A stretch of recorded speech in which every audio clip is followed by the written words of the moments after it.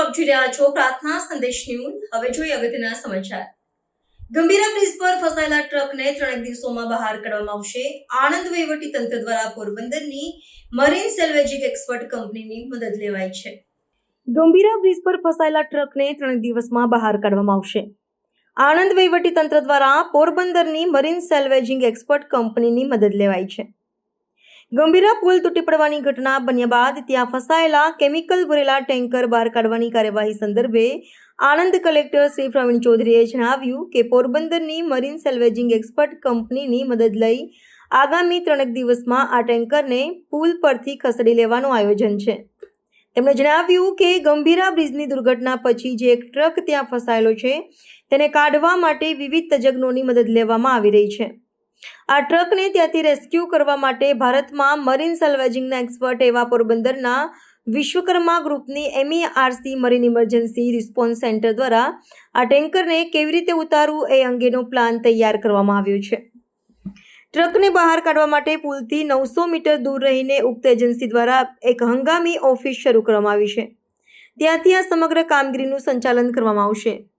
ટ્રકને ઉતારવા માટે એજન્સી દ્વારા આધુનિક સાધનો ઉપકરણોનો ઉપયોગ કરવામાં આવશે, જેમાં pneumatic airbag, hydraulic stand Jack, engineered horizontal cantilevers જેવા સાધનોથી ટ્રકને સલામત રીતે બહાર કાઢવાનું આયોજન છે। આ ઓપરેશન સમયે માનવ અને બ્રિજના સ્ટ્રક્ચરને પણ કોઈ બીજું નુકસાન થાય નહીં એ રીતે કરવામાં આવશે।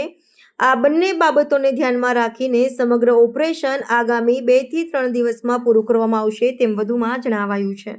ગંભીરા બ્રિજની દુર્ઘટના પછી જે એક ટ્રક ત્યાં ફસાયેલું છે, આ ટ્રકને ત્યાંથી રેસ્ક્યુ કરવા માટે પોરબંદરના વિશ્વકર્મા ગ્રુપની MERC marine emergency response centre, જે સમગ્ર ભારતમાં મરીન સેલ્વેજિંગના એક્સપર્ટ છે, આ લોકો તરફથી આખું રેસ્ક્યુનો પ્લાન તૈયાર કરી દેવામાં આવ્યું છે। સમગ્ર ઓપરેશન બ્રિજથી 900 મીટર દૂર રિમોટલી એમના જ્યાં એક ટેમ્પરરી ઓફિસ સેટ કર્યું છે ત્યાંથી સમગ્ર ઓપરેશન થવાનું છે।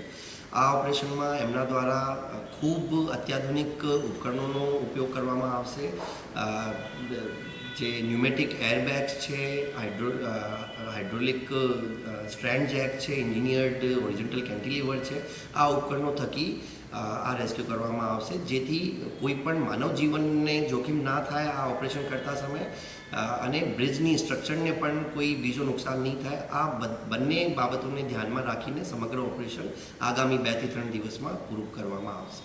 પ્રાર્થના સંદેશ ન્યૂઝની તમામ લેટેસ્ટ અપડેટ્સ માટે ચેનલને હમણાં જ લાઈક, શેર અને સબસ્ક્રાઇબ કરો।